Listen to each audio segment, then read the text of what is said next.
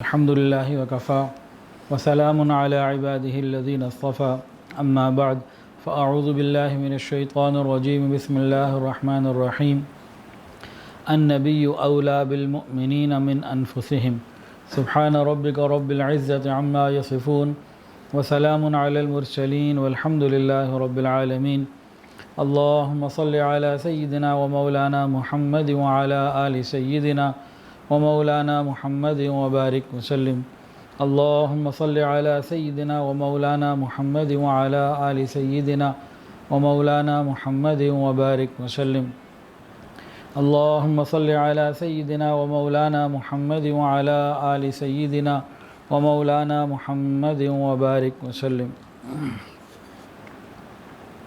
محبت کا لفظ قرآن مجید میں بھی استعمال ہوا اور حدیث کے اندر بھی۔ اس کا مطلب کیا ہے، اس کا معنی کیا ہے؟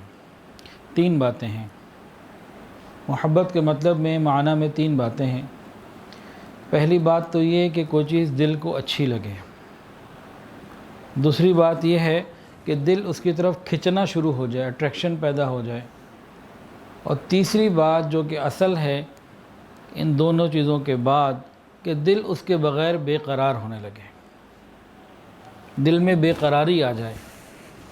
کسی چیز کا اچھا لگنا یہ پہلا قدم، دل کا ادھر کھنچنا یہ دوسرا قدم، اور پھر اس چیز کے بغیر انسان کو قرار نہ آئے، یہ تین باتیں ہوں تو یہ محبت ہوتی ہے۔ تاہم آج ہمارا عنوان ہے محبت رسول صلی اللہ علیہ وسلم اور اس کے ساتھ حقوق محمد مصطفیٰ صلی اللہ علیہ وسلم، کہ حضور صلی اللہ علیہ وسلم کے کون سے حقوق ہمارے اوپر ہیں۔ پہلا حق تو یہی ہے محبت رسول۔ محبت رسول کے معنی کیا ہیں؟ جب بھی ہم کہتے ہیں ہمیں حضور صلی اللہ علیہ وسلم سے محبت ہے، اس سے مراد کیا ہے؟ اس میں بعض علماء نے مختلف اقوال لکھے ہیں، سارے ہی خوبصورت ہیں اور سب ہی مراد ہے اور مطلب ہے۔ کسی نے فرمایا محبت محبوب کو ہر معاملے میں ترجیح دینا ہے، یعنی محبت رسول کا کیا مطلب ہوا کہ ہر جگہ نبی علیہ السلام کو ترجیح دینا ہے، آپ کی باتوں کو، آپ کے احکامات کو، آپ کی سنتوں کو، آپ کے طریقوں کو، باقی چیزوں کو چھوڑ کر آپ کو ترجیح دینی ہے۔ محبت رسول کا ایک معنی تو یہ ہوا۔ محبت رسول کا دوسرا معنی محبوب سے ملاقات کا شوق ہو دل میں، اسے محبت کہتے ہیں۔ یعنی محبت رسول کا دوسرا معنی یہ ہوا کہ حضور صلی اللہ علیہ وسلم سے ملاقات کا شوق ہمارے دلوں میں ہو۔ تیسری بات محبت کے بارے میں یہ کہی گئی کہ محبت محبوب کو ہمیشہ یاد رکھنے کا یعنی بھول نہ سکنے کا نام ہے، کہ نبی علیہ السلام کی یاد ہمارے دل سے جدا ہی نہ ہو، یہ ہے محبت۔ چوتھی وجہ اتباع الرسول۔ چوتھی وجہ کیا ہے؟ اتباع الرسول۔ حضور پاک صلی اللہ علیہ وسلم نے جس کام کو جس طریقے سے کرنے کو کہا، اب محبت یہ ہے کہ انسان اس کام کو اسی طریقے سے کرے، یہ ہے محبت۔ بعض نے فرمایا محبت کا مطلب یہ ہے کہ محبوب کی باتوں کا محب کے دل کو اچھا لگنا، یعنی یہاں محبت رسول مراد لی جائے تو حضور صلی اللہ علیہ وسلم کی تمام باتیں ہمارے دل کو اچھی لگیں۔ ہم جتنے یہاں بیٹھے ہیں الحمدللہ ہم سب کے دلوں میں، سینوں میں اللہ کے محبوب کی محبت موجود ہے الحمدللہ، ورنہ آئی کیوں ہیں؟ یہاں کوئی پیسے تو نہیں بٹنے، کوئی کھانا تو نہیں تقسیم ہو رہا کہ چلو جی جائیں گے کچھ مل جائے گا، بلکہ اپنا جان مال وقت لگا کے یہاں آ کے جمع ہوئے ہیں۔ کتنے اور کام ہوں گے، تو کیوں آئے ہیں؟ اللہ اور اس کے رسول کی محبت کے بارے میں ہم متوجہ فکر مند ہیں، تو اس لیے فکر لے کر آئے، یہ احساس لے کر آئے۔ تو یہ بات تو الحمدللہ یقینی ہے کہ ہمارے دلوں میں اللہ کی محبت بھی ہے اور اللہ کے محبوب کی محبت بھی ہے۔ نہ جب تک کٹ مروں خواجہ یثرب کی عزت پر، نہ جب تک کٹ مروں خواجہ یثرب کی عزت پر، خدا شاہد ہے کامل میرا ایمان ہو نہیں سکتا، نماز اچھی، حج اچھا، روزہ اچھا، زکوٰۃ اچھی، مگر باوجود اس کے میں مسلمان ہو نہیں سکتا۔ تو حضور صلی اللہ علیہ وسلم کی محبت تو ہم سب کے اندر ہے، لیکن جتنی محبت ہم اپنے دلوں میں لیے پھر رہے ہیں، کیا یہ نجات کے لیے کافی ہے؟ یہ ہے پوائنٹ۔ تقاضا کیا کیا گیا، کتنا تقاضا کیا گیا اور ہمارے پلے ہے کیا، ان دونوں کو دیکھ لیجئے۔ پہلے تو تقاضا سن لیجئے قرآن مجید میں کیا ہے اور حدیث مبارکہ میں کیا ہے۔ قرآن مجید میں سورہ توبہ کی آیت ہے، قُلْ إِنْ كَانَ آبَاؤُكُمْ وَأَبْنَاؤُكُمْ وَإِخْوَانُكُمْ وَأَزْوَاجُكُمْ وَعَشِيرَتُكُمْ وَأَمْوَالٌ اقْتَرَفْتُمُوهَا وَتِجَارَةٌ تَخْشَوْنَ كَسَادَهَا وَمَسَاكِنُ تَرْضَوْنَهَا أَحَبَّ إِلَيْكُم مِّنَ اللَّهِ وَرَسُولِهِ وَجِهَادٍ فِي سَبِيلِهِ فَتَرَبَّصُوا حَتَّى يَأْتِيَ اللَّهُ بِأَمْرِهِ۔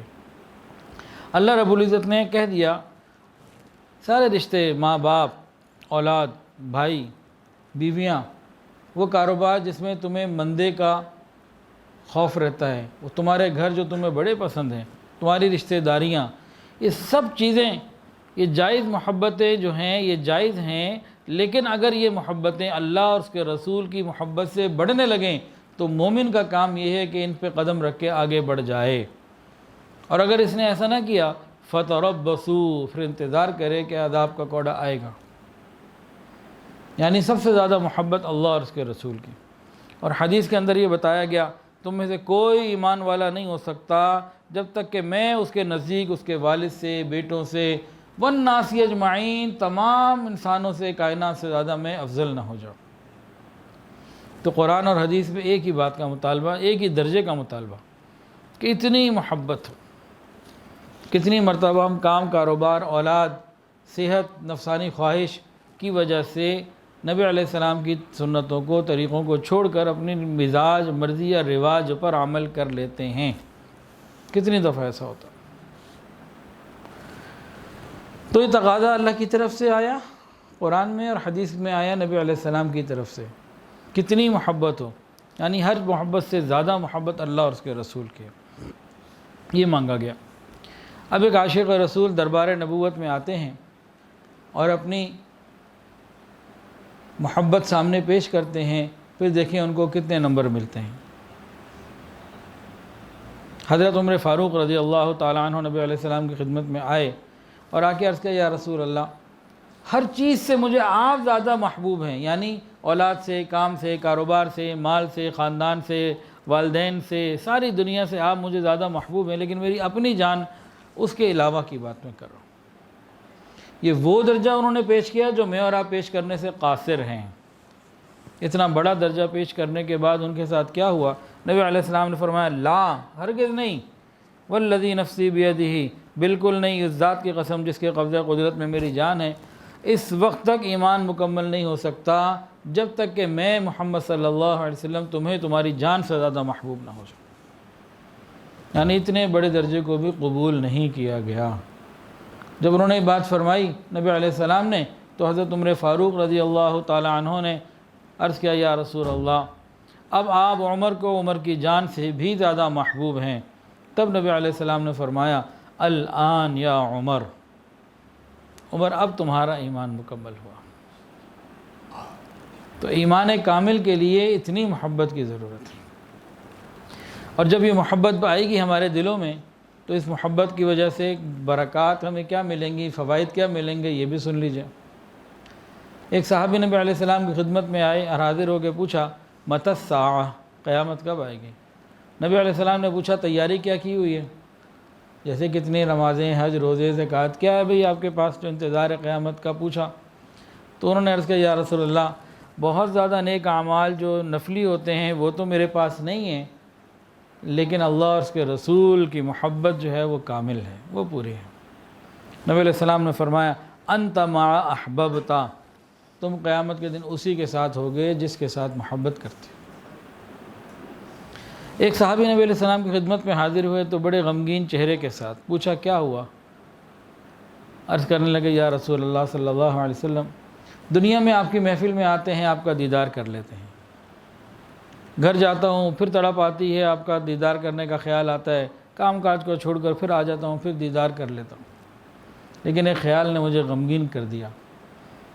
وہ خیال یہ ہے کہ موت تو مجھے بھی آنی ہے اور آپ کو بھی آنی ہے، پھر جنت ہوگی اور آپ جنت میں انبیاء کے بلند مقام پر ہوں گے، میں آپ کی برکت سے جنت پہنچ بھی جاؤں تو نیچے ہوں گا امتیوں کے مقام پر۔ تو سوچ یہ آتی ہے کہ وہاں اگر آپ کا دیدار نہ کر سکا تو کیا ہوگا؟ اس بات نے مجھے غمگین کیا ہوا ہے۔ اللہ اکبر کبیرہ۔ کبھی ہمیں ایسا غم ہوا؟ ہمارے غم دیکھیں ذرا۔ مجھے اس بات میں غمگین کیے ہوئے گویا یوں کہہ رہے ہوں کہ جنت میں بھی آپ کے دیدار کے بغیر کیا مزہ آئے گا۔ تو نبی علیہ السلام نے ان کو پھر فرمایا المرء مع من احب، انسان قیامت کے دن اسی کے ساتھ ہوگا جس سے محبت ہوگی۔ تو یہ بات تو سمجھ میں آ گئی کہ حضور صلی اللہ علیہ وسلم کی محبت انتہائی ضروری، اور اس کا جو ثمرہ ہے وہ نبی علیہ السلام کے ساتھ جنت ہے۔ المرء مع من احب، جو جس سے محبت کرے گا اسی کے ساتھ ہوگا۔ اب آتے ہیں حقوق مصطفیٰ صلی اللہ علیہ وسلم کی طرف کہ نبی کریم صلی اللہ علیہ وسلم کے کون کون سے حقوق ہماری طرف متوجہ ہیں۔ آج دنیا میں حقوق کے لیے بعض جگہ کمیٹیاں بنی ہوتی ہیں کہ بھئی اس کمیٹی کا کام ہے فلاں علاقے یا فلاں شعبے کے لوگوں کو ان کا حق دلوانا۔ بعض دفعہ رکشوں کے پیچھے لکھا ہوتا ہے اگر آپ کو حق نہیں مل رہا آپ ہم سے رابطہ کریں، ہم آپ کو عدالت کے ذریعے حق لے کے دیں گے۔ بعض وکیل اس طرح کا لگا دیتے ہیں، اور ہم سب جانتے ہیں کہ حقوق العباد کا معاملہ بڑا سخت ہے، اور کئی لوگ کہہ دیتے ہیں حقوق کے بارے میں کہ میں آخری قطرہ تک بہا دوں گا، اپنا حق وصول کر کے چھوڑوں گا، اور جو دنیا میں نہیں لے پاتے نا مجبوری کی وجہ سے کسی بھی وجہ سے، تو ان میں سے بعض یہ کہتے ہیں اچھا قیامت کے دن پھر میں نہیں معاف کروں گا، کیونکہ انہیں معلوم ہے کہ حقوق العباد کے بارے میں معاملہ اتنا نازک ہے، جس کا حق دبا لیا گیا، جس کا حق ادا نہ کیا گیا، قیامت کے دن وہ پھر پاور میں ہوگا اور مظلوم اندھیرے میں ہوگا۔ تو کہتا اچھا ٹھیک ہے یہاں نہیں کچھ کر سکا تو وہاں تو نہیں پھر میں چھوڑتا، وہاں کے بارے میں اسے یقین ہوتا ہے کہ یہاں تو کوئی بھی مجبوری بن سکتی ہے، لیکن وہاں تو پھر اللہ تعالیٰ مظلوم کا ہی ساتھ دیں گے۔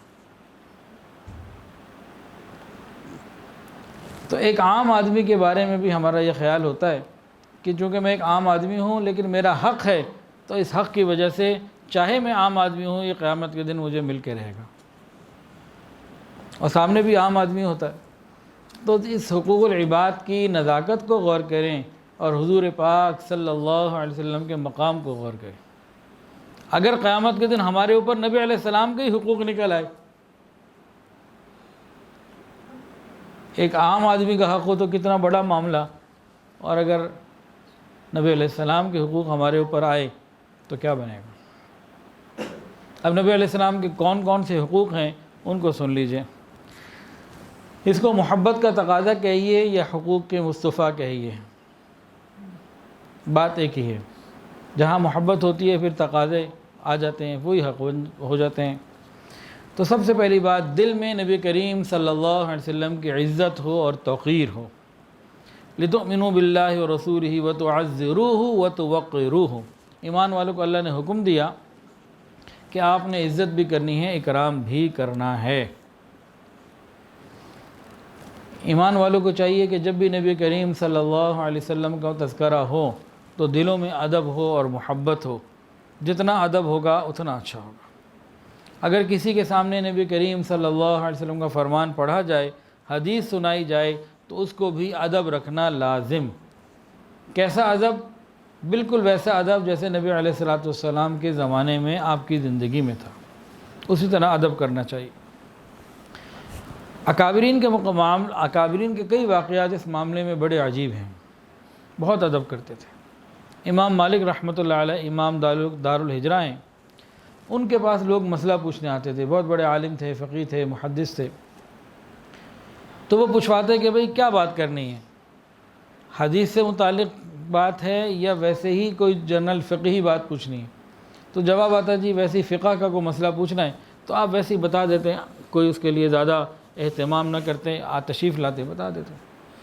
لیکن معلوم ہونے پہ یہ پتہ لگتا کہ آنے والا اور حضور پاک صلی اللہ علیہ وسلم کا مبارک فرمان حدیث سننا چاہتا ہے، تو پھر آپ کیا کرتے؟ اس کو تو بٹھاتے، اس کے بعد آپ غسل کرتے، صاف ستھرے کپڑے پہنتے، کپڑوں کو خوشبو لگاتے اور جبہ پہنتے، عمامہ پہنتے، اور پھر اس کے بعد بیٹھ کر ایک مناسب جگہ پہ بیٹھ کر رسول اللہ صلی اللہ علیہ وسلم کی بات بیان کیا کرتے تھے۔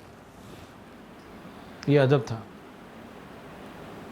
سعید ابن مسیب رحمۃ اللہ علیہ وفات سے بالکل آخری بیماری کا زمانہ ہے، وقت ہے، لیٹے ہوئے تھے، طبیعت بہت نقاہت تھی۔ کسی نے حدیث رسول کا پوچھ لیا کہ فلاں حدیث میں کیا ہے اور اس کے بارے میں بتائیے۔ تو کہنے لگے پہلے مجھے اٹھا کے بٹھاؤ، سہارا دو، بٹھاؤ، پھر بتاؤں گا۔ انہوں نے کہا حضرت آپ معذور ہیں، بہت بیمار ہیں، آپ لیٹے لیٹے بتا دیجئے، آپ کے لیے تو اٹھنا بھی مشکل ہے۔ کہا نہیں، یہ نہیں ہو سکتا، بھلے میری طبیعت اور خراب ہو جائے، کچھ بھی ہو جائے، حضور صلی اللہ علیہ وسلم کی بات کرنی ہے، حدیث سنانی ہے، تو وہ میں بیٹھ کے سناؤں گا، لیٹے لیٹے سنانا میرے لیے بے ادبی کے مانند ہے۔ پھر کئی لوگوں نے ان کو اٹھا کے ہلایا، اٹھایا، بٹھایا۔ جب وہ بیٹھ گئے تب انہوں نے نبی علیہ السلام کے بارے ایک حدیث تلاوت فرمائی، لوگوں کو بات سنائی، اس کے بعد دوبارہ لیٹ گئے۔ جیسے ہی لیٹے ہیں تو تھوڑی دیر کے بعد کلمہ پڑھا، لا الہ الا اللہ، اور اللہ کی طرف روانہ ہو گئے۔ تو آخری وقت میں بھی اتنا، بیماری کے اندر بھی اتنا اہتمام ہم تو جوانی میں نہیں کرتے۔ حضرت عبداللہ ابن مبارک رحمۃ اللہ علیہ یہ بھی حدیث رسول کا بڑا احترام کیا کرتے تھے۔ اگر کہیں آپ پیدل چلتے ہوئے جا رہے ہیں اور راستے میں کوئی اور بندہ آ گیا اور راہ چلتے ہوئے حدیث پوچھنا چاہتا ہے تو آپ جواب نہیں دیتے تھے کہ حدیث کوئی عام ایسی چیز تو اتنی چیز تو نہیں ہے کہ ہم جیسی جو مرضی باتیں کرتے پھریں۔ اس کے لیے تسلی سے بیٹھ کے تم بھی وقت نکالو، میں بھی بیٹھوں، پھر بات ہوگی۔ یہ کیا چلتے چلتے حدیث مجھے اللہ کے نبی کا فرمان سناؤ، تو وہ اس پہ فرمان نہیں سناتے تھے۔ کسی نے امام مالک سے پوچھا حضرت آپ اتنے اچھے انداز سے باقی ساری چیزیں بتاتے ہیں، لیکن جب حدیث پڑھنے کی باری آتی ہے تو آپ فکر مند ہو جاتے ہیں، چہرے کا رنگ تبدیل ہو جاتا ہے، آخر کیا بات ہے؟ تو انہوں نے فرمایا کہ میں نے جن جن لوگوں کو دیکھا ہے، اگر تم نے ان کو دیکھا ہوتا، ان کی صحبت پائی ہوتی، تو تم پھر یہ سوال ہی نہ کرتے اور تم کہتے کہ مجھے اور زیادہ احترام کرنے کی ضرورت ہے نبی علیہ السلام کا۔ پھر انہوں نے کچھ احوال بتائے، فرمایا کہ میں نے سید القرا محمد ابن منقدر کو دیکھا کہ حدیث پاک سناتے سناتے خوب روتے تھے کہ ہمیں ان پر ترس آنے لگ جاتا۔ میں نے دیکھا امام جعفر صادق رحمۃ اللہ علیہ کو، ہنسمکھ تھے، لیکن جب حدیث رسول سنانے کی باری آتی، پڑھنے کی باری آتی، تو پھر چہرے کا رنگ زرد ہو جاتا اور کبھی بے وضو حدیث نہیں سنائی۔ میں نے عبد الرحمن ابن قاسم کو دیکھا، وہ بھی ہنسمکھ تھے، لیکن جب حدیث بیان کرتے تھے تو ان کی کیفیت ایسی ہوتی تھی جیسے ان کے چہرے سے خون کسی نے نچوڑ لیا۔ تو اکابرین ایسا نبی علیہ السلام کا ادب کیا کرتے تھے۔ نبی علیہ السلام کا دوسرا حق، لا ترفعوا اصواتکم، کہ آپ کی آواز سے امتیوں کی آواز بلند نہ ہو۔ جس طرح آپ کی زندگی میں یہ عمل تھا، آج بھی ہے، کہ روضہ رسول پہ حاضر ہو تو وہاں اونچی آواز سے نہیں کہنا، نہایت ادب کے ساتھ، عاجزی کے ساتھ، آہستہ آواز سے کہنا ہے، اور یہ حکم آج بھی موجود، ہمیشہ موجود رہے گا۔ حضور پاک صلی اللہ علیہ وسلم کی محبت کا تیسرا حق، حقوق مصطفیٰ میں تیسری بات،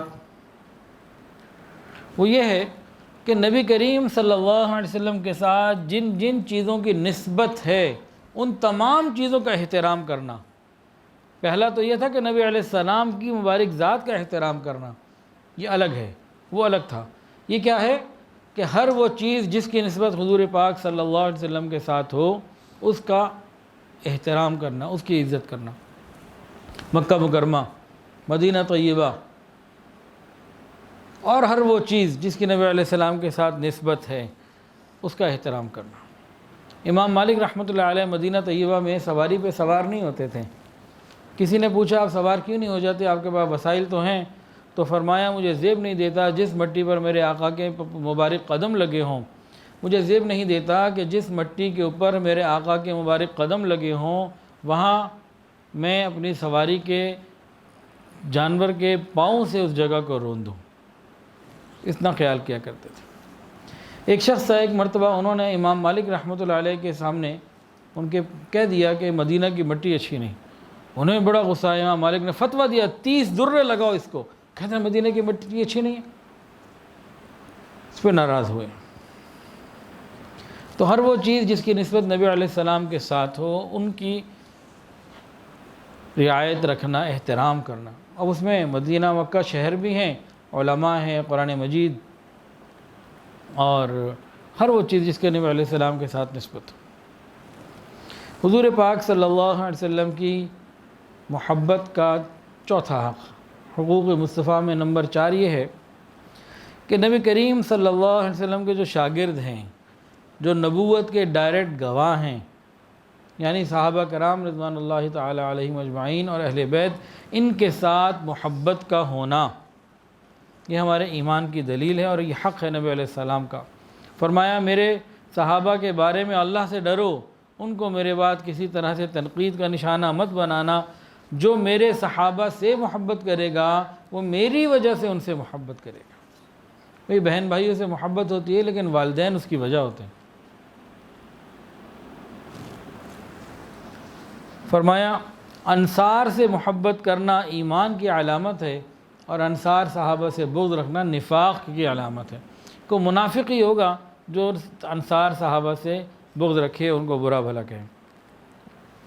حضرت انس رضی اللہ تعالیٰ عنہ سے روایت ہے، نبی علیہ السلام نے فرمایا میرے صحابہ کی مثال کھانے میں نمک کی مانند ہے۔ میرے صحابہ کرام کی مثال کھانے میں نمک کی مانند ہے۔ نمک نہ ہو تو کھانا بے ذائقہ ہوتا ہے، لذت نہیں ہوتی، اور اگر صحابہ کی خدا نخواستہ دل میں محبت ہو تو ایمان کی لذت نہیں ہوتی۔ ایمان کی لذت صحابہ کرام کی محبت سے ہے۔ اور سنیے بہت ہی مزیدار، فرمایا جو شخص میرا جو امتی میرے صحابہ کی عزت اور حرمت کی حفاظت کرے گا، قیامت کے دن میں اس شخص کا محافظ بن جاؤں گا۔ اور فرمایا جو میرے صحابہ کی محافظت کرے گا وہ میرے پاس حوض کوثر پر آئے، جام اسے ملے گا۔ اور فرمایا کہ جو میرے صحابہ کی محافظت نہ کرے بلکہ الٹا ہی چلے، وہ قیامت کے دن پھر میرے پاس حوض کوثر پر ہی نہ آئے، وہ دور ہی رہے تو ٹھیک ہے۔ فرمایا کہ ہر چیز کی ایک بنیاد ہوتی ہے اور اسلام کی بنیاد صحابہ کرام سے محبت کرنا۔ علماء کرام کے بڑے اس میں اقوال ہیں، چنانچہ عبداللہ ابن مبارک رحمۃ اللہ علیہ فرماتے تھے کہ 2 خوبیاں ایسی ہیں کہ جس بندے کے اندر ہو نجات پا جائے گا، ایک وہ سچ بولتا ہو، دوسرا صحابہ سے محبت رکھتا ہو۔ ایک وہ سچا ہو، سچ بولنے والا ہو، اور دوسرا صحابہ کرام سے خوب محبت کرنے والا ہو۔ ایک بزرگ تھے ایوب سختیانی رحمۃ اللہ علیہ، وہ خلفائے راشدین کے بارے میں عجیب 4 اقوال بیان فرماتے تھے جس نے حضرت ابوبکر صدیق رضی اللہ تعالیٰ عنہ سے محبت کی، اس نے اپنے دین کو قائم کر لیا۔ صدیق اکبر رضی اللہ تعالیٰ عنہ سے محبت، دین کا قیام۔ اور فرماتے تھے جس نے حضرت عمر رضی اللہ تعالیٰ عنہ سے محبت کی، اس کا راستہ واضح ہو گیا۔ اور جس نے عثمان غنی رضی اللہ تعالیٰ عنہ سے محبت کی، اس نے اللہ کے نور میں سے نور حاصل کیا۔ اور جس نے حضرت علی رضی اللہ تعالیٰ عنہ سے محبت کی، اس نے ایک مضبوط رسی کو، عروۃ الوثقیٰ کو پکڑ لیا۔ سہل ابن عبداللہ تستری رحمۃ اللہ علیہ فرماتے تھے جو شخص صحابہ کرام کی تعظیم نہیں کرتا گویا وہ نبی علیہ السلام پر ایمان ہی نہیں لایا۔ کتنی بڑی بات فرماتے کہ جو شخص صحابہ کرام کی عزت اور تعظیم نہیں کرتا گویا کہ وہ ایمان والا ہی نہیں، ابھی ایمان ہی نہیں لایا۔ تو صحابہ کرام سے محبت ہونا، اہل بیت اطہار سے محبت ہونا، یہ ہمارے ایمان کی بنیادی ضرورت ہے۔ فرمایا جو مجھ سے محبت کرے اور میرے شہزادوں یعنی حضرت حسین اور حسن سے محبت کرے اور ان کی والدہ سے، ان کے والد سے محبت کرے، وہ قیامت کے دن میرے ساتھ ہوگا۔ تو ان حضرات سے محبت کرنا، تمام صحابہ، ازواج مطہرات اور نبی علیہ السلام کی 4 صاحبزادیاں اور باقی حضرت حسن رضی اللہ تعالیٰ عنہ، حضرت حسین رضی اللہ تعالیٰ عنہ، تمام اہل بیت سے محبت ہمارے ایمان کا حصہ ہے اور نبی علیہ السلام کی محبت کا حق ہے۔ یہ 4 حق تو ایسے ہیں جو ہم سب جو ہے نا، اس میں اگر ہمارا الگ الگ امتحان لیا جائے تو انشاءاللہ ہم پاس ہیں انشاءاللہ والا سے، لیکن جو 5واں حق ہے نا، اس میں ہم فیل ہیں۔ یہ بڑا مشکل ہے۔ سنا دوں یا رہنے دوں؟ 4 ہی کافی ہے، میٹھا میٹھا۔ یہ ذرا کچھ کرنے سے تعلق رکھتا ہے۔ سنیے اور دل کے کانوں سے سنیے۔ حضور پاک صلی اللہ علیہ وسلم کے حقوق میں سے ایک حق یہ ہے کہ نبی علیہ السلام کی تعلیمات پر عمل کرنا، جس کام کو نبی علیہ السلام نے جس طریقے سے کرنے کا کہا ہو اس کام کو اسی طریقے سے کرنا، یہ محبت رسول صلی اللہ علیہ وسلم کا حق ہے۔ اور اس معاملے میں ہم بہت نکمے ہیں، بالکل نکمے ہیں۔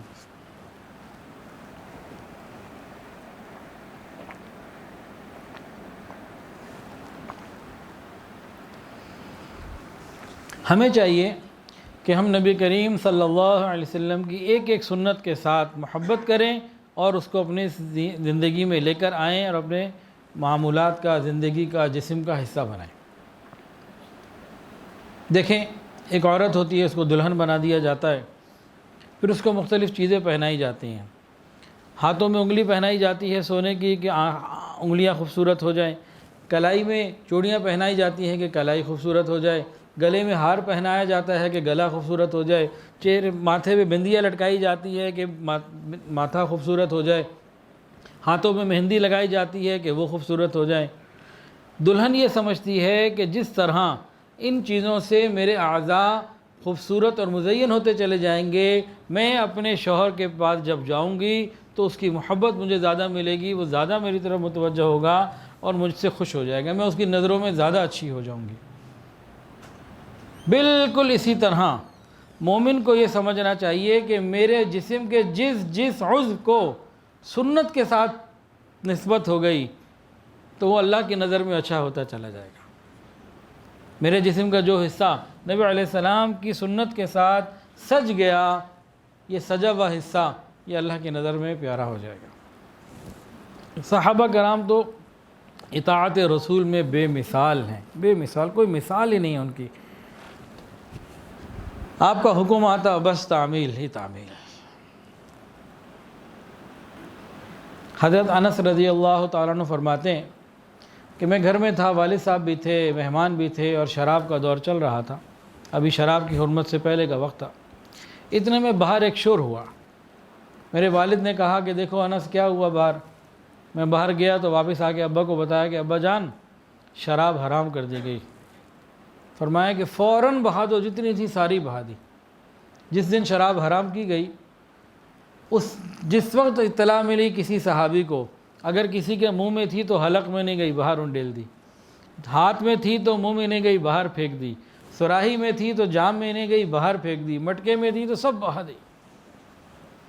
حتیٰ کہ ایک صحابی شام گئے ہوئے تھے، بزنس تھا ان کا شراب بیچنے کا، اور پورا وہاں سے قافلہ کنسائنمنٹ آ گئی، مدینہ کے باہر بھی پہنچے، انہیں اطلاع مل گئی شراب حرام ہو گئی۔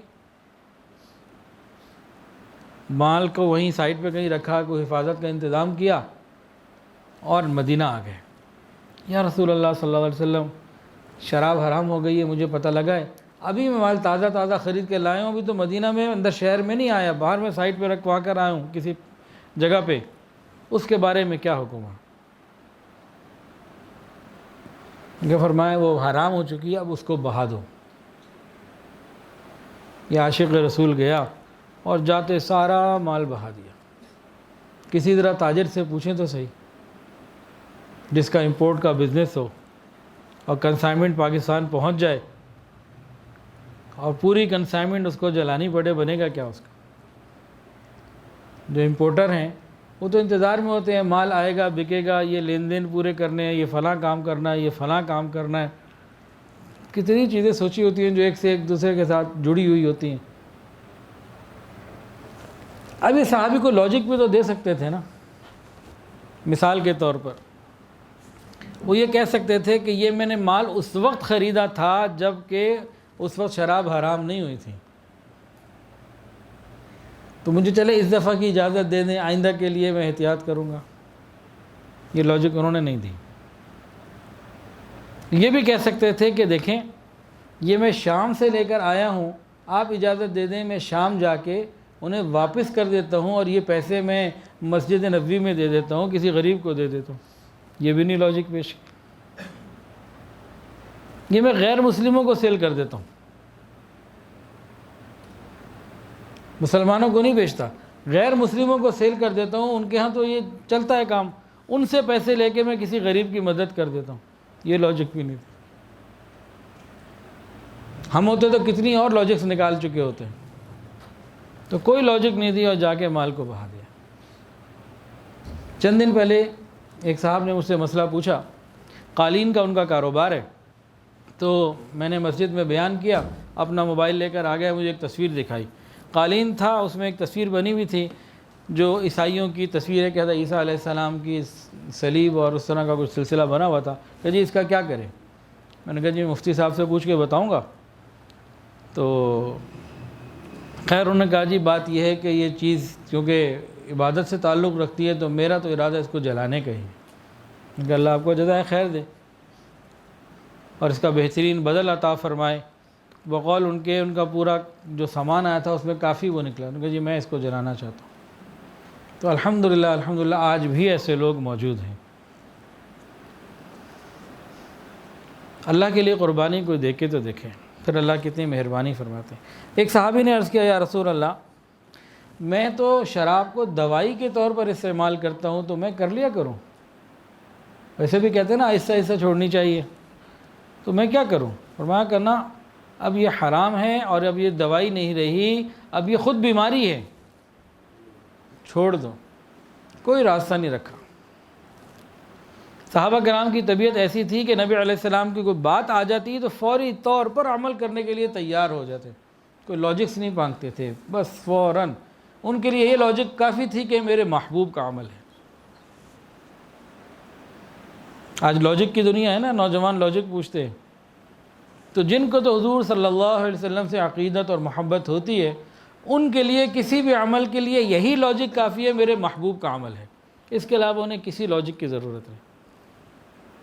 فطرت کیا کہتی ہے، سائنس کے اندر کیا ہے، اور وہ کیا ہے، فلاں کیا، عقل میں کیا، بس نبی علیہ السلام نے کیا ہے، ہمارے وہ کام ختم۔ ایک صحابی تھے حضرت عبداللہ ابن مسعود رضی اللہ تعالیٰ عنہ، نبی علیہ السلام سے ملنے آنے کے لیے تشریف مجلس میں لا رہے تھے۔ اندر مسجد میں کچھ لوگ بیٹھے ہوئے تھے، کچھ کھڑے ہوئے تھے، آپ باہر سے آ رہے تھے۔ نبی علیہ السلام نے اندر موجود کھڑے ہوئے لوگوں کو فرمایا اجلسوا، بیٹھ جاؤ، بیٹھو۔ وہ وہاں تھے جہاں تھے وہیں بیٹھ گئے۔ کسی نے ان کو کہا حضرت آپ کو تو نہیں فرمایا گیا تھا، وہ تو اندر والوں کی بات تھی، جو آپ تو سامنے نہیں تھے اور آپ تو باہر سے اندر آ رہے تھے۔ فرمایا کہ میرے لیے مناسب ہی نہیں کہ نبی علیہ السلام کا حکم آ جائے اور میرا قدم آگے بڑھ جائے، وہیں رک گئے۔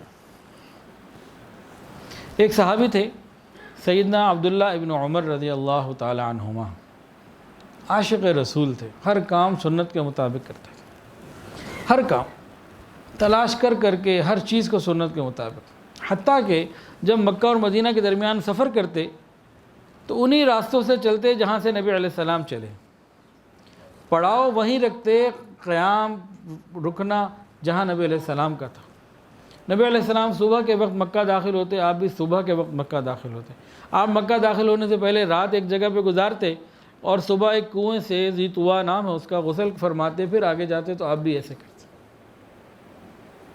اس کی انتہا کیا تھی؟ اتباع سنت کی، سبحان اللہ۔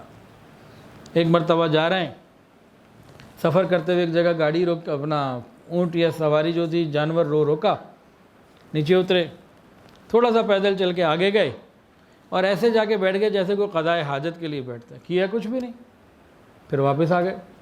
تو کسی نے کہا حضرت جب آپ کو تقاضا نہیں تھا پھر آپ نے سواری کیوں روکی، نیچے کیوں اترے، چل کے ادھر بھی گئے، پھر واپس آئے، اتنا وقت کیوں لگایا؟ تو انہوں نے فرمایا، سمجھنے کی بات ہے، انہوں نے فرمایا کہ جب میں حضور صلی اللہ علیہ وسلم کے ساتھ یہاں سے گزرا تھا اس وقت نبی علیہ السلام یہاں قضائے حاجت سے فارغ ہوئے تھے۔ آج مجھے تقاضا تو نہیں تھا لیکن میرا دل کیا میں وہی کروں جو میرے محبوب نے کیا تھا۔ آج کی دنیا سنتوں کے پیچھے لاجک مانگتی ہے، یا پھر سنتوں کو بڑا ہلکا لے لیتی ہے، بڑا لائٹ لیتی ہے۔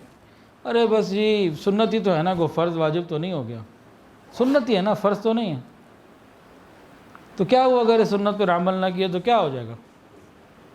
جب دل میں یہ خیال آئے نا سنت ہی تو ہے نا، نہ عمل کیا تو کیا نقصان ہو جائے گا، کون سا کوئی فرض واجب ہے، فوراً اپنے دل میں یہ خیال پیدا کریں کہ اگر جنت میں نہ گیا تو کیا ہو جائے گا، جنت کا کیا نقصان ہے بھائی؟ میرا کو جنت میں جانا ضروری ہے؟ کہاں لکھا ہے کہ میرا جنت میں جانا ضروری؟ جب سنت پر عمل کرنا ضروری نہیں ہے بقول ہمارے، تو وہ جنت میں جانا ہمارے لیے کہاں ضروری ہے؟ کہاں لکھا؟ انسان اپنا علاج کرے۔ تو حضور صلی اللہ علیہ وسلم کی ایک ایک سنت کو شوق اور محبت سے اپنانا ہے، یہ نبی علیہ السلام کا حق ہے۔ نبی علیہ السلام کو اللہ فرماتے ہیں بھیجا ہی اسی لیے گیا ہے کہ ان کی اطاعت کی جائے۔ الا لیطاع، بھیجا ہی اس لیے گیا ہے کہ اطاعت کی جائے۔ اطاعت تو پھر اسی طرح ہوگی۔ یہ تو صحابہ کرام کے واقعات تھے۔ اب اکابرین علماء دیوبند کی بھی چند باتیں سن لیجئے، یہ کیسے محبت کے ساتھ نبی علیہ السلام سے عشق کیا کرتے تھے اور عمل کیا کرتے تھے۔ اس قافلے کے جو امام ہیں حضرت مولانا قاسم نانوتوی رحمۃ اللہ علیہ، ایک مرتبہ انگریز نے ان کے خلاف وارنٹ جاری کر دیا گرفتاری کے لیے، اور انگریز نے تو کتنے علماء کو شہید کروا دیا تھا، تو لوگوں کو خطرہ ہوا کہ کہیں آپ کو بھی شہید ہی نہ کروا دیں۔ تو کسی نے آگے کہا حضرت آپ کے وارنٹ جاری ہو چکے ہیں، آپ روپوش ہو جائیں، ایسا نہ ہو کہ انگریز آپ کو دیکھے اور لے جائیں۔ تو حضرت مولانا قاسم نانوتوی رحمۃ اللہ علیہ کہیں چھپ گئے، انڈر گراؤنڈ ہونا، جیسے کہیں پہ ایسی جگہ ہو گئے، روپوش ہو گئے، لوگوں سے دور ہو گئے۔ 3 دن کے بعد لوگوں نے دیکھا بیٹھے ہوئے سب کے سامنے۔ کسی نے کہا حضرت ابھی خطرہ ٹلا نہیں ہے، دشمن پیچھے، کہیں دیکھ لیا تو گرفتار کر لے گا، پھر مسئلہ بن جائے گا۔ تو حضرت مولانا قاسم نانوتوی رحمۃ اللہ نے فرمایا کہ میں نے اپنے آقائے نامدار حضرت محمد مصطفیٰ احمد مجتبیٰ سرکار دو عالم صلی اللہ علیہ وسلم کی زندگی پر غور کیا تو مجھے 3 دن اور 3 رات غار ثور کے نظر آئے تھے جہاں آپ چھپے تھے۔ تو میں تو سنت پوری کرنے کے لیے گیا تھا، 3 دن 3 راتیں میری پوری ہو گئیں، اب انگریز آ کے مجھے اٹھائے یا مارے جو بھی کرے، میں نے تو سنت پوری کرنی تھی، وہ ہو گئی۔ دشمن کے خوف سے 3 دن چھپنا تھا نا غار ثور میں، اعتکاف 3 دن کرنا تو نہیں تھا، جیسے 3 دن کے لیے ویسے خود ہی کو چھپ جائے تو وہ اور بات ہے، وہ میرا پورا ہو گیا، اب جو ہو سو ہو۔ اسی قافلے کے ایک اور بزرگ تھے حضرت مولانا رشید احمد گنگوہی رحمۃ اللہ علیہ، آخری عمر میں موتیا کی وجہ سے بینائی چلی گئی، تو رات کے وقت سرما لگا رہے ہیں، نابینا بھی ہیں سرما بھی لگا رہے ہیں۔ کسی نے کہا حضرت سرما تو اس لیے لگایا جاتا ہے کہ آنکھ کی بینائی تیز ہو جائے، بصارت تیز ہو جائے، یہ آپ کیا کر رہے ہیں، یہ کیوں لگا رہے ہیں؟ انہوں نے فرمایا کہ بھئی تم جو ہے نا آنکھ کی بینائی کی تیزی کے لیے سرما لگاتے ہوگے، میں تو اتباع سنت میں لگاتا ہوں، اب آنکھ دیکھتی ہے یا نہیں دیکھتی، میں تو سلائیاں پھینک رہا ہوں محبت میں۔ عشق کی بات ہوا کرتی۔ اسی قافلے کے ایک اور بزرگ ہیں جو مالٹا کی جیل میں قید ہیں، حضرت شیخ الہند مولانا محمود الحسن رحمۃ اللہ علیہ، جیل میں قید ساتھیوں کو قرآن کی تفسیر اور حدیث کا علم پڑھا رہے ہیں، یعنی حضرت یوسف علیہ السلام کے روحانی فرزند ہونے کا ثبوت پیش کر رہے ہیں۔ انہوں نے بھی جیل میں دین کی تعلیم دی تھی نا۔ اسی قافلے کے ایک اور بزرگ ہیں، تھانہ بھون میں تھے، حضرت مولانا اشرف علی تھانوی رحمۃ اللہ علیہ۔ وہ فرماتے ہیں کہ میں نے اپنی زندگی پہ غور کیا تو الحمدللہ مجھے یوں محسوس ہوا کہ میرا ہر کام سنت کے مطابق ہے۔ اسی قافلے کے ایک اور بزرگ تھے، انہوں نے 18 سال مسجد نبوی شریف میں درس حدیث بھی دیا اور واعظ بھی کیا، 18 سال۔ سید حسین احمد مدنی رحمۃ اللہ علیہ۔ ایک مرتبہ قبر شریف کے باہر کی جگہ کو، جو جالیوں کے باہر کی جگہ ہے، اپنی داڑھی سے جھاڑو دینے لگے اس کی۔ جب یہ دارالعلوم دیوبند آئے لوٹ کے تو دارالعلوم کے باغ میں کہا کہ کیکر کا درخت لگاؤ۔ کسی نے کہا باغ میں پھول لگاتے ہیں، پھل لگاتے ہیں، کیکر کون لگاتا ہے؟ فرمایا کہ بھئی پھول اور پھل تو ٹھیک ہے دنیا لگاتی ہے، لیکن مجھے کتابوں میں ہی ملا ہے کہ وہ بیت رضوان ایک درخت کے نیچے، جس کا قرآن میں ذکر بھی ہے، نبی علیہ السلام نے جو صحابہ سے بیعت کی تھی جہاد کے اوپر، وہ درخت کیکر کا تھا۔ تو میں وہ اس لیے لگوا رہا ہوں کہ جب وہ درخت مجھے نظر آئے گا تو وہ یاد میری نسبت تازہ ہو جایا کرے گی۔ درخت لگانے میں بھی اس بات کا خیال۔ اسی قافلے کے ایک اور بزرگ اللہ اکبر کبیرہ، جو اپنے بستر کو اپنی پیٹھ پر رکھ کے ہر امتی کے دروازے پر جانے کی کوشش میں ہے، حضرت مولانا الیاس رحمۃ اللہ علیہ۔ تبلیغی جماعت کے نام سے جو کام چل رہا ہے، کروڑوں لوگ بلا مبالغہ اس سے فیض یاب ہوئے۔ تو ہمارے اکابر جو تھے اتباع سنت کے ساتھ مالا مال تھے، اللہ ہمیں بھی اس کی توفیق عطا فرمائے۔ آج کل جو ہے نا، ہر چیز سب کو پیسفل چاہیے، اسلام بھی پیسفل چاہیے، ہر چیز بڑی امن والی چاہیے، اور ہر چیز میں بس میٹھا میٹھا چاہیے، کڑوا کڑوا اچھا نہیں لگتا۔ دونوں باتیں ہوتی ہیں۔ نبی علیہ السلام بشیرا و نذیرا، بشارت والے بھی اور ڈرانے والے بھی۔ جہاں محبت کی بات ہوتی ہے وہاں کچھ اور معاملے بھی آتے ہیں۔ اس چیز کو بعض لوگ آج کل کی دنیا میں ایکسیپٹ نہیں کرتے۔ میں کہتے جی اس سے خدا نخواستہ ان کے زعم کے مطابق ماحول خراب ہوتا ہے۔ اب یہ حق سمجھنے کے لیے حق سمجھ لیجئے نبی علیہ السلام کا کیا ہے یہ، اور یہ ماحول خراب کرنے کے لیے نہیں ہے، یہ ماحول کو صحیح رکھنے کے لیے ہے، اور نبی علیہ السلام اور صحابہ سے ثابت ہے۔ یہ چھٹا حق ہے نبی علیہ السلام کا، وہ سن لیجئے، جس کو اللہ اور اس کے رسول کے ساتھ بغض ہو اس سے پھر ہمیں بھی بغض رکھنا ہے۔ نبی علیہ السلام کے دشمن کے ساتھ ہمیں بغض نہ ہو، یہ تو پھر محبت میں ہم کھوٹے۔ جب جس سے محبت ہوتی ہے نا، تو جس کو محبوب سے محبت ہوتی ہے اس سے دوستی اور محبت کا تعلق ہوتا ہے، اور جو محبوب کا دشمن ہوتا ہے اس سے تو دوستی نہیں ہو سکتی۔ دوست کا دوست ہوتا ہے، دوست کا دشمن دوست نہیں ہو سکتا۔ یہ دنیا کا اصول ہی نہیں ہے۔ سادہ سی مثال، جب عورت کی شادی ہو جائے، بچہ ہو جائے، اب اس کو کیا لگتا ہے، جو اس کے بچے سے محبت کرتا ہے وہ اس سے تعلق رکھتی ہے، اور جو اس کے بچے کو برا سمجھتا ہے، وہ کتنا ہی قریبی کیوں نہ ہو، اس کا بھائی کیوں نہ ہو، وہ کہتی ہے نہیں ہے، میرے بچے سے محبت نہیں رکھتا، ہوتا رہے میرا بھائی بھی۔ پیمانے بدل جاتے ہیں۔ تو یہ بھی ایک پیمانہ ہے۔ یہ کوئی امن خراب کرنے والی بات نہیں ہے کہ جی اس سے امن خراب ہوگا، نہیں، امن قائم رکھنے کے لیے اس بات کو بھی سمجھنا ہے۔ ہاں، عقل اگر الٹی ہو جائے تو پھر معاملہ کچھ اور ہے۔ اب صحابہ کے واقعات سنیے، اس میں کوئی عام واقعہ نہیں سناؤں گا، صحابہ کے واقعات سنیے۔ حق کون سا ہے؟ نبی علیہ السلام سے جو بغض رکھے اس سے بغض رکھنا، یہ حق ہے نبی علیہ السلام کا۔ سنیے، نبی علیہ السلام جو غزوہ بنی مصطلق سے واپس آنے لگے تو اس وقت رئیس المنافقین عبداللہ بن ابی بن سلول نے کیا کہا تھا؟ لَإِن رَجَعْنَا إِلَى الْمَدِينَةِ لَيُخْرِجَنَّ الْأَعَزُّ مِنْهَا الْأَذَلَّ، جب ہم مدینہ پہنچیں گے عزت والے ذلیل لوگوں کو نکال دیں گے۔ اس بدبخت نے یہ نبی علیہ السلام کے بارے میں کچھ بات کہی تھی۔ اب یہ اتنا بڑا منافق، سردار منافقین کا، اب منافق کا بیٹا سچے ایمان والے، ان کا نام بھی عبداللہ تھا، انہوں نے جب یہ سنا تو مدینہ کے دروازے کے پاس جہاں مدینہ کی انٹری تھی وہاں تلوار لے کے کھڑے ہو گئے باپ کے سامنے، خبردار تیری گردن اتار دوں گا۔ یہ کیا کہا تم نے؟ اور جب تک نبی علیہ السلام اجازت نہیں دیں گے اندر نہیں جانے دے سکتا۔ نبی علیہ السلام قریب آئے، فرمایا کہ میں اس کو اجازت دیتا ہوں، جانے دو۔ کہا اپنے باپ سے کہا کہ تم جب تک یہ نہیں کہتے کہ تم سب سے زیادہ ذلیل ہو اس وقت تک نہیں جا سکتے۔ باپ نے پھر کہا ہاں میں سب سے زیادہ ذلیل ہوں۔ یہ امن خراب کرنے والی باتیں نہیں ہیں۔ بدر کا میدان ہے، دشمن کی صفوں میں حضرت ابوبکر کا بیٹا بھی ہے۔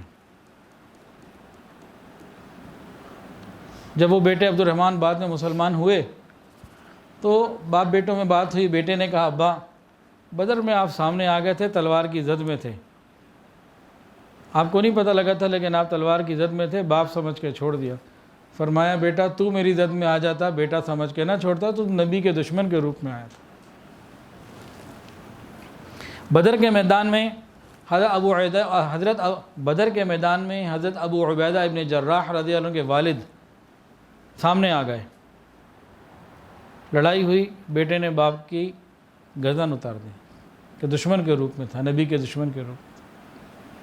سگے بیٹے نے سگے باپ کی گردن اتاری۔ حضرت عمر فاروق رضی اللہ عنہ کے خالو عاص ابن حشام سامنے آ گئے بدر میں۔ عاص نے دیکھا، کہا عمر تو میرا بھتیجا ہے؟ کہا نہیں، یہاں رشتہ داری نہیں ہے، یہاں وہ والی رشتہ داری نہیں ہے، یہاں نبی والی رشتہ داری ہے، میں تو لڑنے کے لیے تیار ہوں۔ حضرت ابو حذیفہ رضی اللہ عنہ کے والد عتبہ بن ربیعہ یہ جب مقابلے کے لیے آئے تو بیٹا سامنے آئے، وہ ہٹ گیا، یہ آ گئے تھے۔ معصب ابن عمیر رضی اللہ تعالی عنہ نے اپنے سگے بھائی کو میدان بدر میں قتل کر دیا کہ نبی کے دشمن کے روپ میں آیا تھا۔ چلیں یہ تو جنگ کے واقعات تھے، اب امن کا بھی کوئی سن لیجئے کہ جی جنگ میں تو بہت کچھ ہوتا ہے، تو امن میں بھی کچھ ہوتا ہے بھائی، ذرا غور کیجئے۔ حضرت ام حبیبہ رضی اللہ تعالی عنہ ام المؤمنین، ان کے گھر میں ان کے سگے والد ابو سفیان رضی اللہ تعالیٰ عنہ جب مسلمان نہیں ہوتے آئے نبی علیہ السلام سے، جب ملنے مدینہ آئے، کہا بیٹی سے بھی مل لوں، تو باپ اپنی بیٹی کے گھر میں گیا، داخل ہوا، داخل ہونے کے بعد وہ کہیں بیٹھنا چاہ رہے تھے، سامنے ایک بستر بچھا ہوا تھا، بیٹی نے وہ بستر لپیٹ کے اٹھا دیا۔ باپ نے کہا یہ بستر میرے قابل نہیں یا میں بستر کے قابل نہیں؟ بیٹی نے کیا فرمایا، یہ پاک نبی کا پاک بستر ہے، آپ ناپاک ہو، آپ یہاں نہیں بیٹھ سکتے۔ تو یہ بھی سمجھنے والی باتیں ہیں۔ نبی علیہ السلام کا ساتواں حق، کثرت کے ساتھ نبی علیہ السلام کا ذکر کرنا۔ جو جس سے محبت کرتا ہے کثرت کے ساتھ اس کا ذکر کرتا ہے۔ اللہ کو اپنے محبوب سے محبت ہر کتاب میں ہو، تورات ہو، انجیل ہو، زبور ہو، ہر جگہ نبی علیہ السلام کا ذکر، اور قرآن مجید میں تو جگہ جگہ نبی علیہ السلام کا ذکر۔ تو جس سے محبت ہوتی ہے اس کا ذکر ہوتا ہے، یہ تو پکی بات ہے۔ اور حقیقت تو یہ ہے کہ ایک سچے مومن کو حضور صلی اللہ علیہ وسلم زندگی بھر یاد رہتے ہیں، ہر وقت یاد رہتے ہیں۔ کیسے؟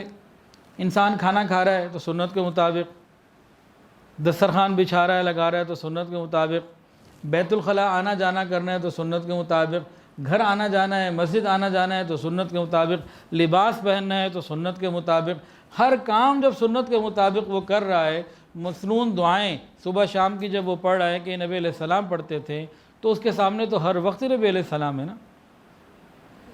گویا اللہ تعالیٰ یوں چاہتے ہیں کہ نماز میں تو تم سب سے ہٹ کے میری یاد میں مشغول ہو جاؤ، جب سلام پھیر لو ہر کام سنت کے مطابق کرو، یعنی نبی کی محبت میں اور یاد میں زندگی گزارو۔ ہمارا تو اتنا معاملہ ہے۔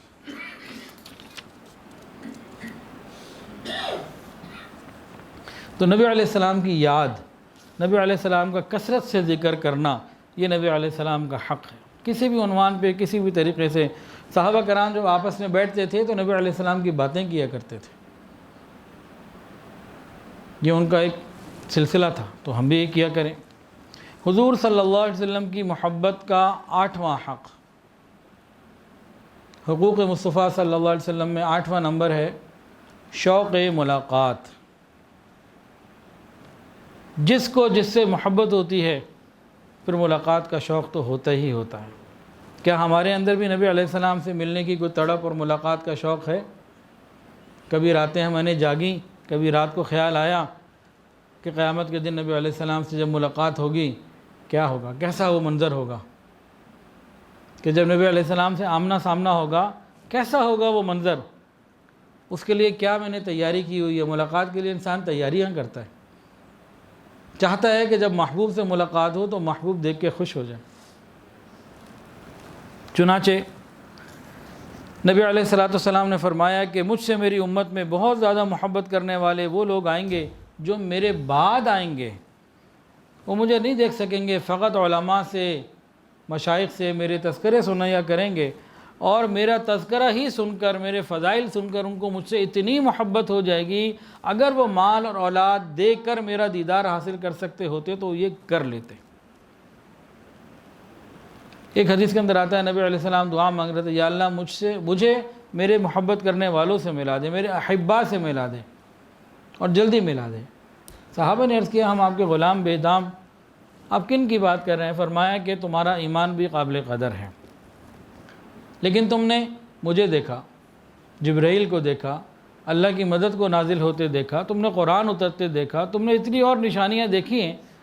میں ان لوگوں کے لیے دعا کرنا ہوں جو میرے بہت بعد آئیں گے، میرے بعد پیدا ہوں گے، مجھے نہیں دیکھا ہوگا، اور وہ مجھ سے محبت کریں گے تو میں اللہ تعالیٰ سے کہہ رہا ہوں اللہ مجھے میرے ان احبا سے جلدی ملا دینا۔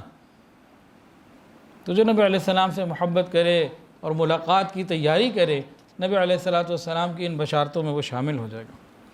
ایک صحابی تھے خالد ابن معدان رضی اللہ تعالیٰ عنہ، ان کی بیٹی عبدہ فرماتی ہیں کہ میرے والد جب رات کو بستر پر آ جاتے تو بس پھر کہتے رہتے یا اللہ یہ صحابہ، یہ نبی علیہ السلام، یہ سب لوگ میرے اصل ہیں اور میرا دل ان کی طرف کھنچتا ہے، اللہ میری روح کب قبض ہوگی، کب میں وہاں جاؤں گا اور کب ان سے ملاقات ہوگی، اللہ بڑا ملاقات کا شوق ہے۔ تو نبی علیہ السلام سے ملاقات کا شوق ہمارے دلوں میں ہو۔ حضرت بلال رضی اللہ تعالیٰ عنہ کا جب آخری وقت آنے لگا، بالکل آخری وقت تھا، بیوی نے کہا ہائے افسوس، کہنے کہ کس بات کا افسوس، ابھی جان نکلے گی پھر اللہ کے رسول سے اور صحابہ سے ملاقات ہوگی۔ تو ملاقات کا شوق ہمارے اندر ہو اور اس کے لیے تیاری کی ضرورت ہے۔ نبی علیہ السلام سے محبت کا 9واں حق، حضور صلی اللہ علیہ وسلم کی امت کا غم ہونا ہمارے دلوں میں۔ جو غم نبی علیہ السلام کا تھا کہ امت کا ایک ایک بندہ جنت میں پہنچ جائے، یہ ہمارے اندر غم ہونا، یہ نبی علیہ السلام کے سچے امتی ہونے کی دلیل ہے۔ کس کو محبت بہت زیادہ، ہمیں اللہ سے مانگنا چاہیے یا اللہ جو نبی علیہ السلام کے دل میں امت کا غم تھا اس کا کچھ حصہ مجھے بھی عطا فرما دیجیے۔ امت کا غم کھانے والوں کا درجہ کتنا بلند ہوگا یہ بھی سن لیجئے۔ ایک حدیث میں نبی علیہ السلام نے صحابہ کو فرمایا کیا میں تمہیں ایسے لوگوں کے بارے میں نہ بتاؤں، نہ وہ انبیاء ہوں گے نہ شہداء ہوں گے، لیکن قیامت کے دن ان کو اتنے بڑے بڑے درجے مل رہے ہوں گے کہ انبیاء اور شہداء ان کے درجوں کو دیکھ کے رشک کرتے ہوں گے، اتنے بڑے درجے ان کو مل گئے۔ تو صحابہ نے کہا اللہ کے حبیب وہ لوگ کون ہیں بتائیے؟ تو نبی علیہ السلام نے فرمایا وہ لوگ جو بندوں کو اللہ کا محبوب بناتے ہیں اور اللہ تعالیٰ کو بندوں کا محبوب بناتے ہیں اور زمین کے اوپر ناصح بن کے چلتے ہیں۔ صحابہ نے عرض کیا یا رسول اللہ، اللہ کو بندوں کا محبوب بناتے ہیں، اللہ تعالیٰ کو بندوں کا محبوب بناتے ہیں، یہ بات تو سمجھ میں آ گئی، لیکن بندوں کو اللہ کا محبوب کیسے بنا دیتے ہیں؟ وہ ایسا کیا کرتے ہیں کہ اللہ بندوں سے محبت کرنے لگ جائیں؟ یہ کیا بات ہوئی؟ تو نبی علیہ السلام نے فرمایا کہ وہ لوگ نیک باتوں کا حکم کرتے ہیں، اللہ کی محبت کا حکم کرتے ہیں، گناہوں سے منع کرتے ہیں، پس جو کوئی ان کی بات مان لے گا، اللہ کی فرمانبرداری میں زندگی گزارے گا، وہ اللہ کا محبوب بن جائے گا۔ تو یہ امت کا غم ہونا یہ ہمارے لیے بہت اہم کی بات ہے۔ حضور صلی اللہ علیہ وسلم کے دل میں امت کا بہت غم تھا، محبت تو ہے ہی ہے۔ کھانا کھا رہے ہیں، کھانا کھاتے کھاتے امت یاد آ گئی، کھانا کھانا بھول گئے، امت کے لیے دعاؤں میں لگ گئے،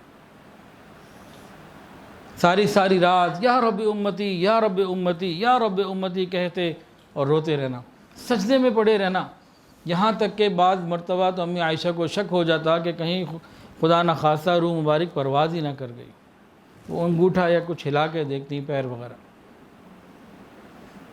اتنا روتے، اتنا امت کے لیے مانگتے، حالانکہ آپ کی اپنی مغفرت ہو چکی تھی، آپ کی اولادوں کی، اہل بیت کی، ازواج مطہرات کی، آپ کے صحابہ کی، تمام لوگوں کی مغفرت ہو چکی تھی۔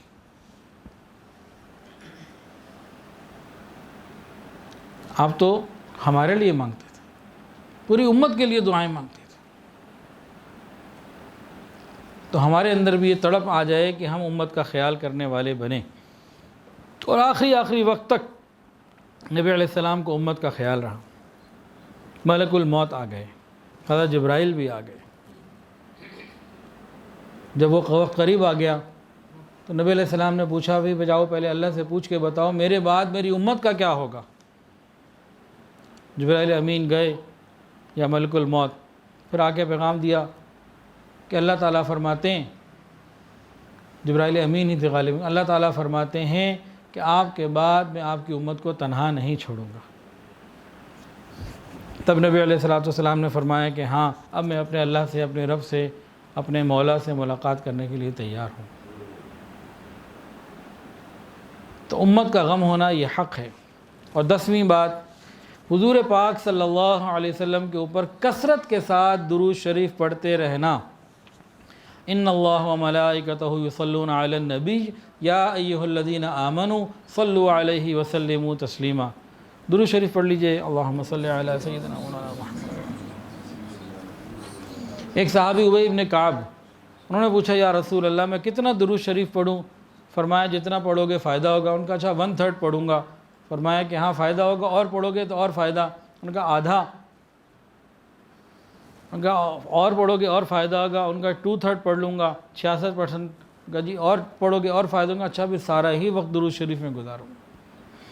نبی علیہ السلام نے فرمایا اگر تو ہر وقت مجھ پر درود شریف پڑھے گا، اللہ تیرے گناہوں کو بھی معاف فرمائے گا، تیرے غموں کو بھی دور کر دے گا، غموں کے لیے کافی ہو جائے گا۔ حضرت علی رضی اللہ عنہ فرماتے تھے کہ اللہ کی قسم اگر اللہ اور اس کے رسول نے تسبیح، تکبیر، تحلیل اور تمحید باقی چیزوں کے فضائل بیان نہ کی ہوتے تو میں ہر سانس میں درود شریف ہی پڑھتا۔ اور قبولیت دعا کے لیے بھی درود شریف شرط ہے۔ درود شریف ہوگا دعاؤں میں شامل تو دعا قبول ہوگی، ورنہ دعا بھی لٹک جائے گی، قبول نہیں ہوگی۔ اور نبی علیہ السلام نے فرمایا جو شخص مجھ پر درود شریف پڑھنا بھول گیا وہ حقیقت میں جنت کا راستہ ہی بھول گیا، ایڈی ٹریک ہو گیا۔ فرمایا کہ جو مجھ پر زیادہ درود شریف پڑھے گا وہ قیامت کے دن میرے زیادہ قریب ہوگا۔ تو کثرت سے درود شریف پڑھنا نبی علیہ السلام کی قربت ملنے کا ذریعہ ہے۔ حضرت ابوبکر صدیق رضی اللہ تعالیٰ نے فرمایا کہ ٹھنڈا پانی آگ کو اتنی جلدی نہیں بجھاتا جتنی جلدی درود شریف نبی علیہ السلام پر پڑھا گیا درود شریف ہمارے گناہوں کو بجھا دیتا ہے۔ ٹھنڈا پانی آگ کو اتنی جلدی نہیں ٹھنڈا پانی آگ کو اتنی جلدی نہیں بجھاتا جتنی جلدی حضور پاک صلی اللہ علیہ وسلم پر پڑھا ہوا درود ہمارے گناہوں کو بجھا دیتا ہے۔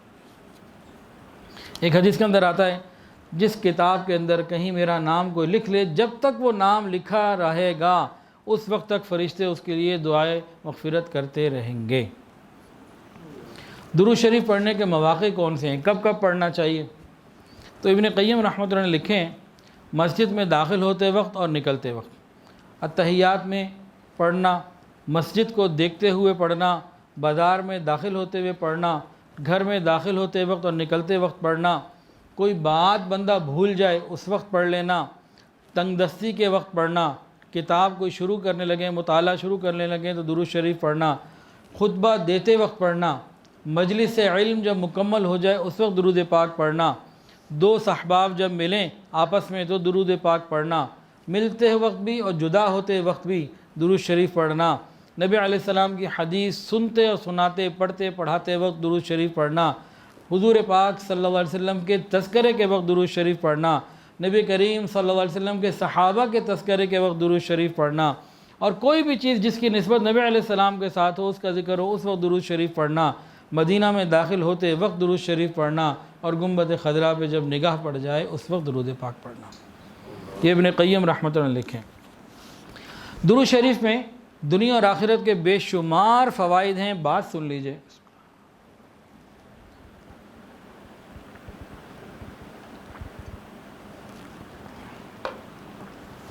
یہ بھی علامہ ابن قیم رحمۃ اللہ لکھیں، فرمایا کہ یہ پڑھنے والے کی ہدایت کا سبب ہے اور اس کے دل کی حیات کا، دل کی زندگی کا سبب ہے۔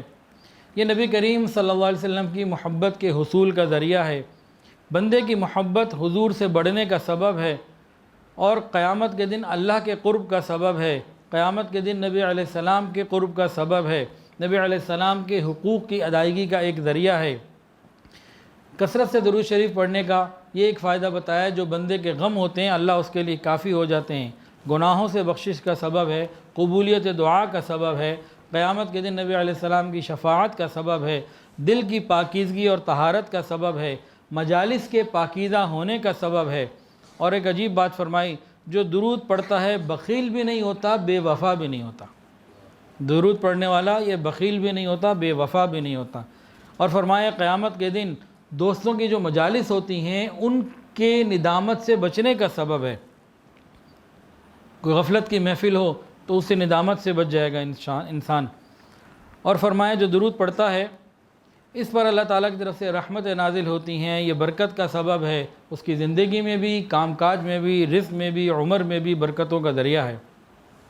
درود شریف قیامت کے دن پل صراط پر گزرنے کا ایک آسان سبب ہے۔ اور فرمایا کہ قیامت کے دن میزان میں پلڑا بھاری ہونے کا بھی سبب ہے۔ تو یہ بعض فوائد ہیں درود شریف کے، فوائد تو اور بھی بہت ہیں، ہمیں چاہیے کہ ہم کثرت کے ساتھ درود پاک پڑھا کریں۔ ایک حدیث سن لیجئے تاکہ بات کو مکمل کریں۔ علامہ ابن ابی دنیا رحمۃ اللہ علیہ اور علامہ نمیری رحمۃ اللہ نے واقعہ لکھا ہے کہ قیامت کا دن ہوگا، حضرت آدم علیہ السلام کو اللہ تعالیٰ 2 سبز چادریں دی ہوئی ہوں گی، ایک اونچے مقام پہ کھڑے ہوں گے، ان کا قد بھی اونچا ہوگا، وہ سب دیکھ رہے ہوں گے کہ محشر میں کیا ہو رہا ہے، اپنی اولاد کو دیکھ رہے ہوں گے کہ کون جنت میں جا رہی ہے، کون جہنم میں جا رہی ہے۔ اتنے میں وہ دیکھیں گے ایک نوجوان کو کہ اس کو فرشتے جہنم کی طرف گھسیٹ کے لے جا رہے ہیں، تو وہ حضور صلی اللہ علیہ وسلم کو آواز دیں گے، یا احمد یا احمد۔ نبی علیہ السلام ان کی طرف متوجہ ہو کے فرمائیں گے، یا ابا البشر، فرمائیے لبیک یا ابا البشر۔ آدم علیہ السلام ان کو بتائیں گے کہ احمد آپ کا ایک امتی فرشتے اسے جہنم کی طرف لے جا رہے ہیں۔ نبی علیہ السلام فرمائتے ہیں کہ میں اس اپنی ادار کو کس لوں گا۔ تہمت جنہوں نے پہنی ہوتی نا، کہیں اہم کام کے لیے جانا ہوتا ہے، تیزی سے جانا ہوتا ہے، تو وہ اس کو پہلے اچھی طرح کس لیتے ہیں۔ کہتے ہیں میں تیزی سے بھی فرشتوں کی طرف جاؤں گا اور ان کو جا کے کہوں گا کہ میرے رب کے کارندوں ذرا رک جاؤ، ٹھہر جاؤ۔ وہ آگے سے جواب دیں گے ہم تو سخت گیر عمل کرنے والے ہیں، وہی کرتے ہیں جو حکم ہوتا ہے، ہم تو اس کے خلاف نہیں کرتے۔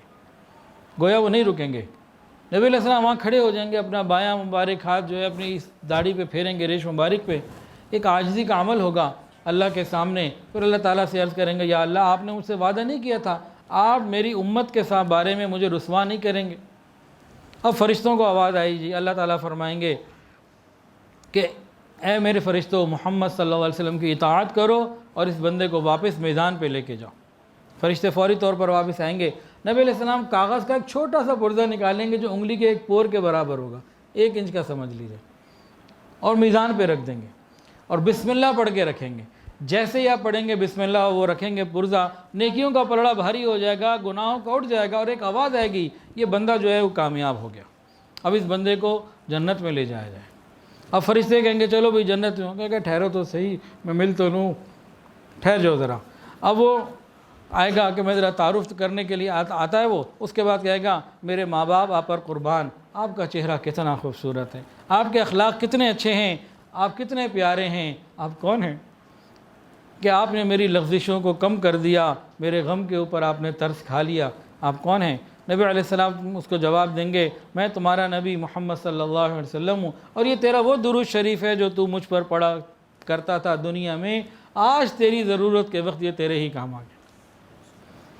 تو قیامت کے دن نیکیوں کے پلڑے بھاری ہونے کا ذریعہ درود شریف ہے، اور یہ نبی علیہ السلام کا حق ہے ہمارے اوپر، ہم کثرت کے ساتھ درود شریف پڑھا کریں، اور انشاءاللہ بالآخر دنیا میں بھی اور آخرت میں بھی ہمارے ہی کام آنے والا ہے۔ اللہ تعالی ہمیں تمام حقوق کو صحیح سمجھ کر ادا کرنے کی توفیق عطا فرمائے، کمی کوتاہیوں کو معاف فرمائے۔ وآخر دعوانا ان الحمدللہ رب العالمین۔ ویڈیو کے نیچے سبسکرائب کے بٹن پہ کلک کریں، بیل کے آئیکن پہ کلک کیجئے تاکہ ہر نئی ویڈیو کی نوٹیفیکیشن آپ کو مل جائے۔